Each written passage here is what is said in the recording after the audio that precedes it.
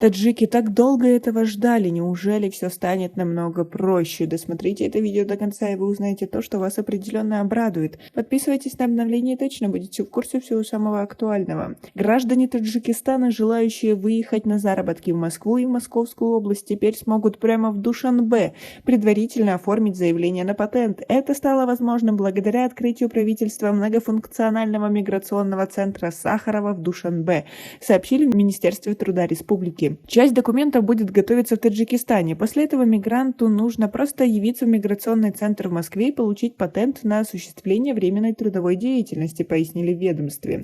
Открытие центра состоялось 9 ноября с участием замминистра труда Таджикистана Шахназы Надири и зампредседателя правительства России Алексея Аверчука. По данным источников, функции представительства также входят в введение базы данных вакансий соискателей, организация онлайн-собеседований и оценка профессиональных компетенций кандидатов на трудоустройство. Кроме этого, граждане Таджикистана смогут получить консультации по правилам пребывания и работы в Российской Федерации. Центр будет оповещать заранее таджикистанцев о вакансиях, которые будут открыты во всех организациях, независимо от их формы собственности, в Москве и в Московской области, и, соответственно, эти работодатели будут проинформированы, какие специалисты есть среди граждан Таджикистана. Соискатели должны будут пройти анкетирование, сказали в ведомстве. Как вы относитесь к такой ситуации? Ведь теперь все станет намного проще, быстрее, и официально обмануть таджиков теперь будет намного сложнее. Свое мнение по поводу всего этого напишите нам, пожалуйста, в комментарии. В центре также можно будет записаться на прием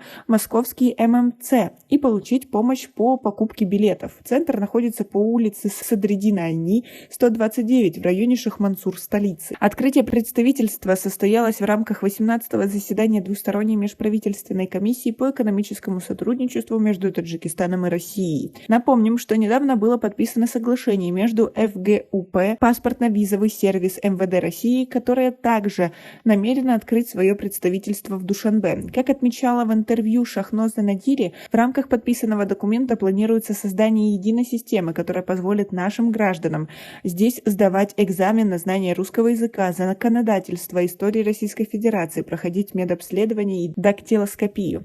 Таджикистан стал второй страной, с которой Москва стала сотрудничать в рамках организованного набора трудовых мигрантов. В 2021 году представительство ММЦ было открыто в Узбекистане. Как вы думаете, это только на благо нашим соотечественникам или нет? Какие вы видите здесь перспективы и недостатки? Свое мнение напишите нам, пожалуйста, в комментарии. У нас пока на этом все. Оцените наше видео подпиской и лайком. До скорой встречи!